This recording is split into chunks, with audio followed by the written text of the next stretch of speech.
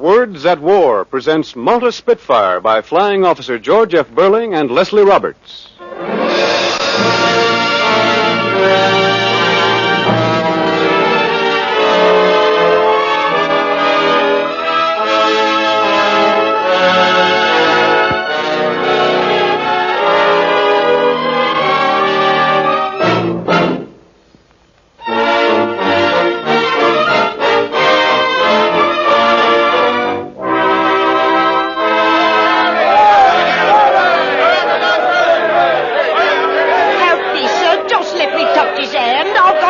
In Malta. Let me touch him. Here, where do you think you're going, lady?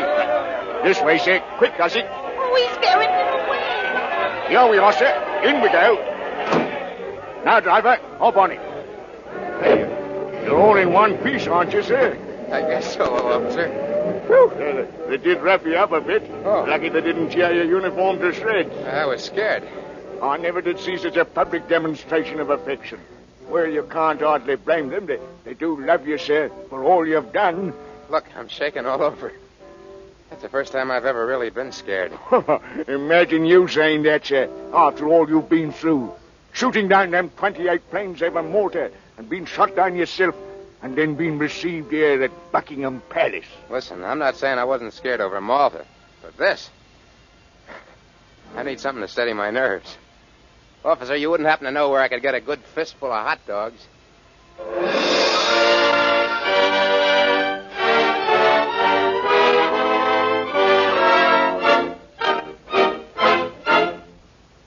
Words at War. The National Broadcasting Company, in cooperation with the Council on Books in Wartime, brings you another in its series of radio treatments of important books of this war. Tonight we hear the story of one of the greatest living fighter pilots. A 21-year-old boy, one of a handful who saved Malta in her time of peril. This is the story of Flying Officer George F. Burling, as told by himself and Leslie Roberts in Malta Spitfire.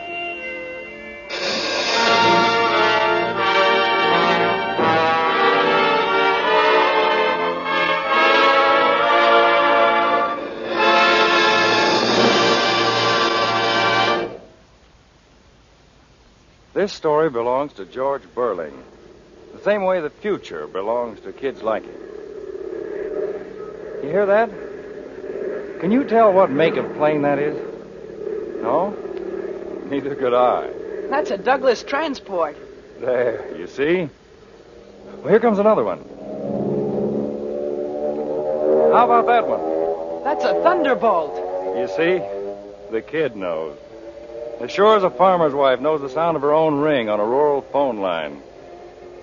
George Burling, up in Bannatyne in Canada, knew every plane that flew over his head, just by the sound of its motor.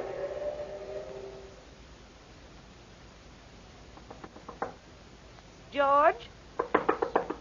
George, unlock this door. Do you hear? Just a minute, Mother. No, just a minute. You open this door. Yes, Mother? How did you have the door locked? Why, Don't you lie to me, George Burling. Well, I was working on my model plane. I thought so. And you weren't in school today either, were you? Answer me. No, ma'am. But where were you? Oh, I know. Out at the airport, weren't you? Oh, gee, yes, Mother. I was. And, Mother, a pilot spoke to me. He did, honest, Mother. He said just as plain, hello. A pilot, Mother. Your father'll pilot you when he gets back. And right where it'll do the most good, too. Now, you can stay here in your room till he gets back, George Burling. A good licking will teach you you're supposed to stay in school. No, it won't. Yeah, I'll get another licking tomorrow in school. All right, I'll take the licking. But I'm going to be a flyer. I'm going to be a pilot. Nothing's going to stop me. Hear that? You hear it, everybody?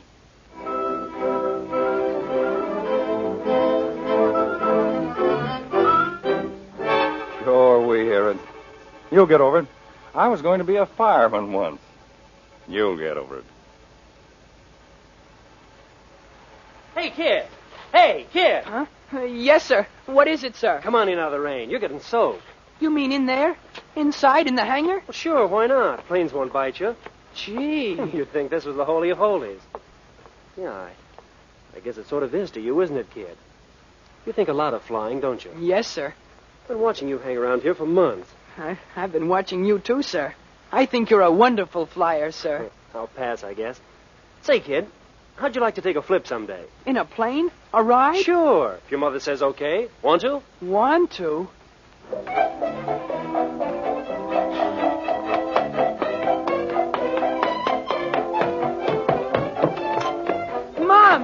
Mom! Hey, Mom! Mom! The pilot. He says he'll take me up. Can I go, Mom? Can I fly? Oh, sure you can fly. You can fly to the moon. I can go! Hooray! I can go! I can fly! Hooray! I can go! It was wonderful, Mom. I'm going to be a flyer. Georgie, I want you to be a doctor. And Dad wants me to be a commercial artist. My kid, it's the only life. Well, now, where would you ever get money to take flying lessons? I'll earn it. First, I'll sell papers and run errands. And when I'm older, I'll get a regular job. And believe me, I'll get one, too. George Burling is older now, and he's got himself a job, working in a radio plant. Salary? 28 cents an hour. Room rent? $150 a week. Food? $175 a week. I'll make out.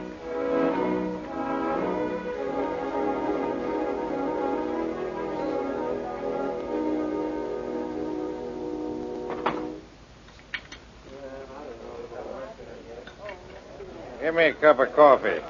Plenty of cream. 1 cup of coffee coming up. Hi, kid. Hiya. What'll it be, kid? Oh, don't tell me. A hot dog and a cup of coffee. Now that you mention it, that sounds pretty good. I'll buy it. Gee, kid, you'll begin to bark soon. I like hot dogs. All right, here you are, then. Thank you. Hey, mister, Yeah? you see that kid up at the end of the counter? Yeah. Skinny one? Sure. He's been eating in this diner every night for weeks. And it's never nothing but hot dog and coffee. Coffee and hot dog. Row in his stomach. Is he broke? No, he's got a job. Over to the radio plant. Well, why don't he eat right? Probably spends his money on the girls and having a good time. See you later. Hey, you certainly wolfed that down in a hurry. I guess so. I've got a date. See, what'd I tell you? Date. That's where his money goes. No ambition, the kids these days. Well, I don't suppose he even knows there's a war on over in China. Yeah, kids like him wouldn't be much help if that war was over here. I don't know. But I do. I know for sure. I know for sure. Well, say something, George, will you? I gotta get to China. I can fly and fight there. You said that a half a mile back. I want to fly, and I can't save more than $10 a week out of what I make to save my soul. $10 is only enough to pay for 1 hour's solo time. At that rate, I'll be a graybeard by the time I get a license. It's quite a mouthful out of you. I tell you, I've got to... I know you told me. Get to China. Now, listen. I had a small brainwave a couple of minutes ago. You ever heard of a place called Gravenhurst up in Ontario? I don't want to talk geography. I gave all that up in school. Well, you keep still. Now, there's a guy up there who has a kind of freighting contract with the goldfields up north. By plane? Sure, by plane. He needs men. I was thinking, maybe you could trundle freight up there in exchange for solo time. Well, that is, till you get your license. Then you could... Hey, where you going? I'm on my way. But you haven't any dough, George. No, don't need it. I'll ride the rod. Yes, it belongs to kids like George. First, Gravenhurst, Ontario. In 6 weeks, a pilot's license. Then on to China, riding the rods again, westward for the Pacific coast of the USA, for a ship pointed for China and the war against the Japs.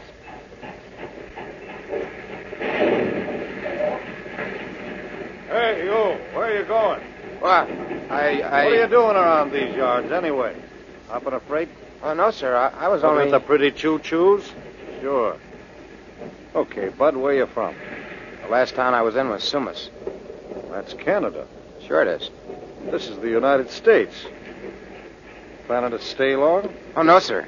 Just as soon as I can find a ship, I'm heading for China. I'm a flyer. China? Well. Hey, how old are you, son? 17. Well, suppose you put off this China trip for a few minutes and take a walk with me. How about it, son? We'll drop in and have a chat with the precinct captain. You mind?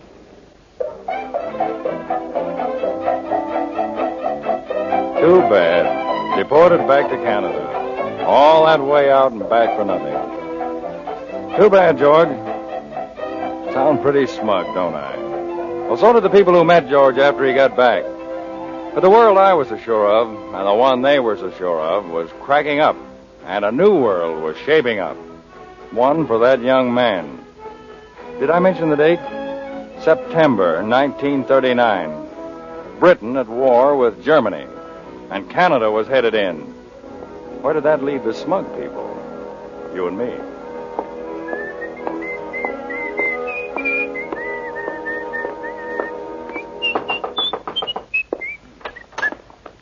Is this where I join the Royal Canadian Air Force? This is the recruiting office, yes. That's what I want. Well, what do I sign? Name is George Burling, age 18, born in Canada. Now, here's my logbook to show how many hours I've had in the air. Is there anything else? Just tell me where to report. Now, just a moment, young man. We can leave the logbook till later. Oh, sure. I don't want you to think I'm boasting. It's just that I'm anxious. Schooling, please. Oh, I chucked that a long time ago, when I was 15. No college, then? No, sir, I didn't have time. Was something wrong? I'm afraid, Burling, a cadet in the RCAF requires a college education. But I'm a flyer. That's what you're recruiting, isn't it? Flyers? Now, look here, young man. You mean if I was a glass blower and had passed college algebra, I'd stand a chance? Hardly the way to put it. But the regulations Why don't you state... take your regulation? Now, young man. Dear, it does seem a shame. Poor old duffer. That officer didn't make the regulations.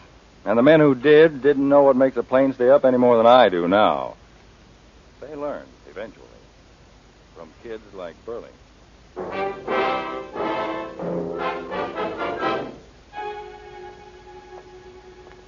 Take that hangdog look off your face. Yeah, maybe someday somebody will let me push a broom around the barracks by trigonometry. I know how you feel, but remember, George, this is going to be everybody's war, sooner or later. This is the big show. Now, why don't you bone up on the book knowledge? You'll get your chance. Meantime, how about a hot dog? I don't feel like a hot dog right now. Hey, wait a minute. You must be sick. What you need for that is a good hot dog.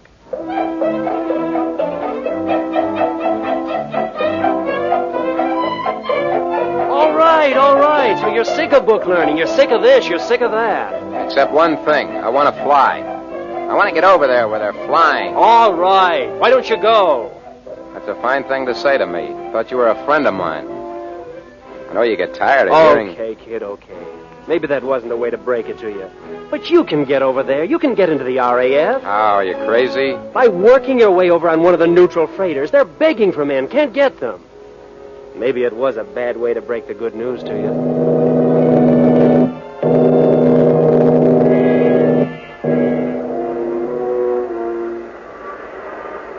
A boy who didn't know one end of a ship from another signed on as a deckhand to get over to England. Worked 4 on and 4 hours off. Through the marauding sub-packs. And when he'd see a plane overhead, he'd think of the sea. This is not my element. It's not my element. Boy, I wish I was in that plane up there. No, it's not your element. But it'll get you there. To Liverpool, anyway. And you'll bum a pound of your wages off the captain before you jump ship. And on the dock, you'll meet a policeman. How you fix for flyers over here? By the look of things, we ruddy well need as ruddy many as we can ruddy well get. Seems to me I've landed in Great Ruddy Britain. Where do I find the air recruiting station? Well, you go out there and take the dotted track. That's my story, sir. Now, will you tell me the shortest way to get into the RAF? Splendid. Simple as pie now. Let's have a look at your papers. Oh, I haven't got any papers. I can send for my logbook. Oh, it's not the logbook that worries me, old chap. It's your birth certificate. Now, what about your birth certificate? I never saw one in my life. Too bad, old boy, too bad. Afraid I'll have to ask you to go back and get it. Oh, now, don't look so black, old chap. Where do you think the Burlings live? Across the street? I came here from Canada. Oh, sorry to cause you all the trouble, old boy. Regulations, you know. Got to have a birth certificate. Don't blame me. Just the ruddy old regs. And if he didn't do it, worked his way back to Canada, across the Atlantic, and back again to Liverpool. With his birth certificate and his logbook, he plunks them down on the officer's desk in the middle of an air raid. There. Does that satisfy you? There's my ruddy birth certificate, and there's my ruddy logbook. Sorry, old chap. All this noise popping. Can't hear you.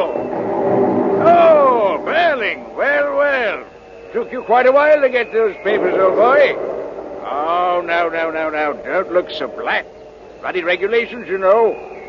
And now you'll have the privilege of wearing the motto of the RAF. Per ardua ad astra. I can't hear you. Per ardua ad astra. Latin, old boy, Latin. I don't know any Latin. Hey, do I have to know Latin? Eh? What does it mean? Well, I guess you could say it meant to the stars, the hard way. He made it. And that's just the beginning. Because when you're a kid like Burling with a fixed idea in your head, and all you want to do is fly and fight while you're flying, well, then maybe it takes a while to put you in the shape you belong in. Because there are others like you, too, with the same determinations and desires, who've all got to be trained to fight, not each for himself, but together as a perfect team. That's rank insubordination, Burling. I didn't come all the way over here to learn how to parade. I came to fly.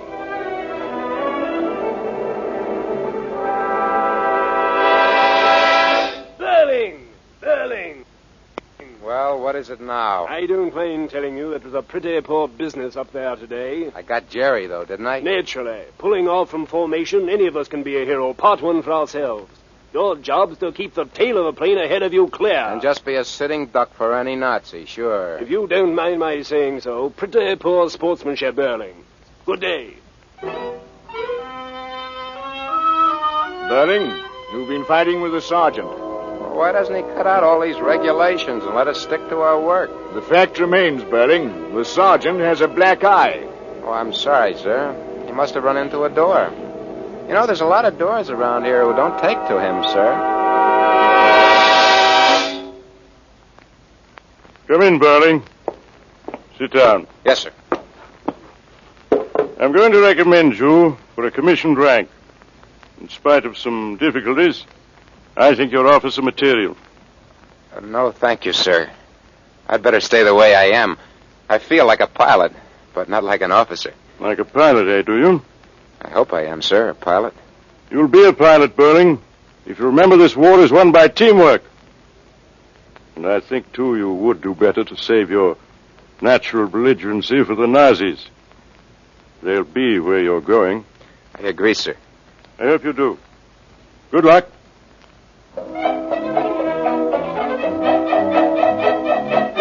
Where was he going? It's no secret now. He was going to Malta, where there were 250,000 prisoners. That's what the Axis called the people on Malta. But that bit of rock stuck like a pit in the craw of the Axis, preventing it from swallowing the whole of Africa. It's easy at this date now to forget that tiny, bomb-blasted piece of rock in the Mediterranean between Italy and Africa, and the handful of planes that defended it. But George Burling won't forget it. The scrambles when ops announced. Enemy planes approaching. Scramble! Come on, fellas, we'll go again. And the mugs of cocoa that went flying out of the men's hands as they plunged out of the canteen. Chairs overturned, poker games interrupted, heading for their planes to rise over Malta to meet the superior numbers of the enemy and their bombers, relentlessly trying to blast Malta into submission. And in there, as part of the RAF team, George Burling, getting his share of the enemy plane. 1, 2, 3, 4. Sometimes it's just one burst of fire from his gun, so accurate was his aim. 5. Willie, I'll clean him off your tail for you. Are you all right? Will you watch it? Thanks, old man. Do the same for you someday. For crying out loud, keep your eyes peeled. I can't see everything. Oh, no. Be back later. You see, he's learned he's part of a team. Not just George Burling against a stubborn world that won't let him fly, but a part of the RAF against the fascists. But life in Malta was no setup. Malta was a besieged block in an Axis-controlled sea. And planes have got to have oil and gas to fight with. These young men haven't wings on their shoulder blades to fly against well-supplied Stukas and Messerschmitts. Where's the oil coming from? Where's it coming from? Like bumps on a log, we sit here. Read your magazine, Georgie. Look at the pretty pictures. I read it from cover to cover 3 times. Now, take it easy. This is a big lull. Yeah, before the kill. And Malta's a dish of cold meat for the Jerrys to slice up any time they want to. I tell you, I don't want that car. What do you mean? I said I don't want that car. It was from the bottom of the deck. Are you trying to tell me that Yes, I would... that's the second time I've brought you to Break stick. it, Tom! Break it! You're not the only one that has a frayed edge, George. I don't see how you can keep calm. Don't you want to get up there and paste them flat against the blue? Can't use that precious gas just splitting around. Then why don't they get it to us, oil and gas? What do they expect us to do? Better start reading your magazine again, George, Augst speaking. boy. Convoy approaching. Under enemy attack. Scramble, George. Scramble. I was on a ship once a freighter. Scramble. I know what it means just to feel trapped down there. You won't be now. I'm in my own element now. Suppose you had been one of the people in Malta. You can see off on the horizon the cargo ships bringing oil and food. Oil for the planes that mean your life. Food for all of you, pilot and civilian, for the life of Malta. You can see the bombs falling. You can see the Nazi planes diving to bomb the ships that mean your life, to machine gun the decks. You can see, too, those kids of the RAF and their planes, your planes, zooming up to fight for those ships, for your life. You wouldn't be able to hear those kids talking to each other on their phones as they fight. George, you see him? Down like a stone. I saw him, Willie. Damaged for sure. A damaged, a destroyed, a wreck. No trick to potting these Jerrys if you keep your wits about you. The fighters almost ask you to shoot them down. Yeah, but did you ever hear what happens to little boys who don't keep the tails of their planes clean of Jerry's? Ah, that from Burling, the boy who gets his daily dust. Willie, you all right? Willie! Don't give it a thought. Look out, George!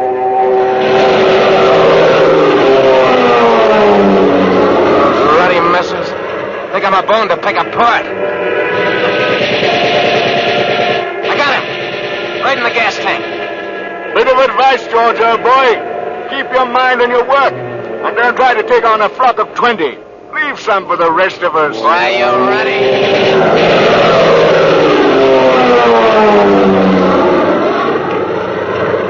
And you, standing below on Malta, watching, hoping, praying. You wonder you want to cheer when another Nazi plane hits the sea? You know, too, how it feels when you see one of those ships get a bomb down at Smokestack. Did you see that ship, Willie? Flared up like a sheet of flimsy, and then out. That's right. I'm off for a little target practice myself. I'm right on your tail. The convoy limps nearer and nearer to the docks. Still, the Nazis won't let up. Sinking ship after ship, the oil in them, and the men. Will any of that battered convoy ever get in? Ever? It's got to. It's going to. Right in your Nazi belly. Right where it counts. Your work's over, Mr. Jerry. Go ahead, bail out while there's time. That's it. Go down there and wait to be fished out of the drink by the people you're trying to murder. But good luck to you, you Nazi, under your cloud of silk. Hey! That's one of your own men, you Messerschmitts! Willie! Yeah, George? You see what I did? Those guys machine gunning one of their own men in his parachute. I saw it, George. Maybe he thought it was one of us. As if he were a dummy. Look at him hanging there. Limp as a strung-up duck. Suppose that'd have been you, Willie. Or Tufty or me. Just as you say, George. Could be. Now I know what I'm fighting. Now I know why I'm fighting. I hate them. I hate their way of life. I hate their hatred of life. My life, of Willie's, or the guys down there in Malta. Even their hatred of their own lives. All right, I'll fight them. I'll fight them till I can't fight anymore. From now on out, it's me or them. George! On your tail! Look out!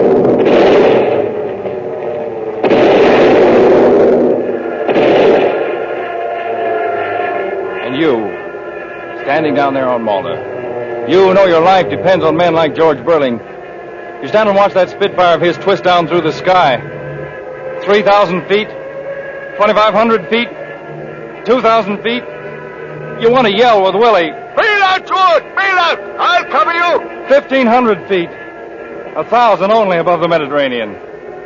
And then he jumps. You see his parachute open like a burst of flak against the sky. He's floating down to safety. I've got you covered, boy. You're all right. I'll cover your thick old Canadian hide. He's drifting down, held by a parachute. He hits the water. Manages to crawl into his rubber dinghy. The bottom of that dinghy fills red with the blood of George Burling.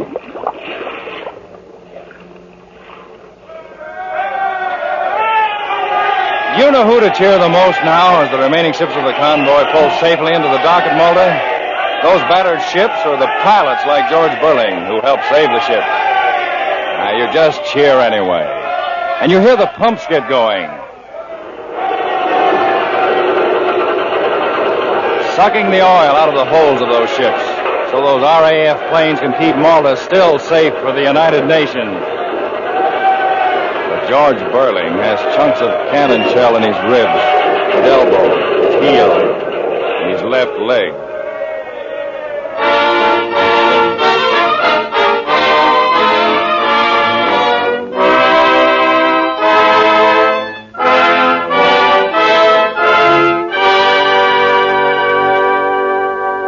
The future belongs to men like George Burling. He was in the hospital for weeks, yes, and convalescing for months. But not now. He's back over there now, in the fight. When you think of him, when you think of how he and others like him were a team that helped the convoys through the turning of the tide and held Malta, then think also of that earlier kid. That's an Cobra.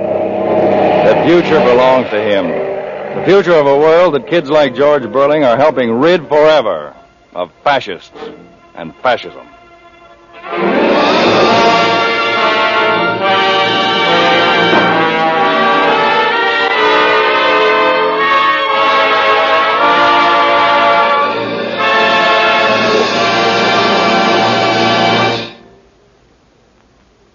You have heard the 10th program of Words at War, a series based on the leading war books. This evening we presented Malta Spitfire by Flying Officer George F. Burling and Leslie Roberts.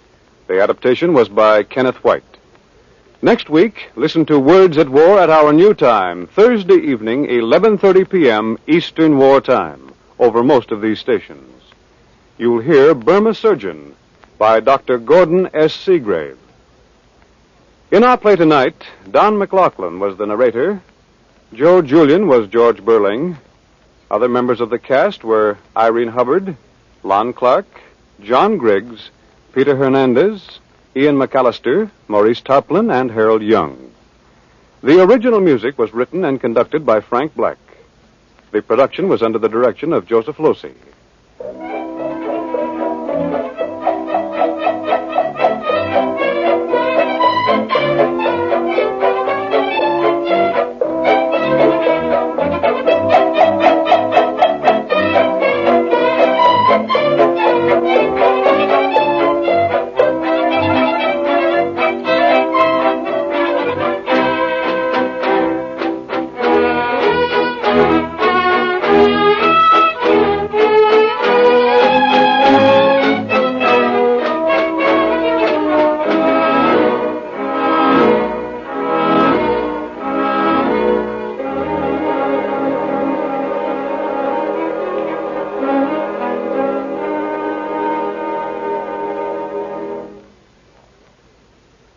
This program has been presented in cooperation with the Council on Books in Wartime by the National Broadcasting Company and the independent radio stations associated with the NBC network. The program came to you from New York. This is the National Broadcasting Company.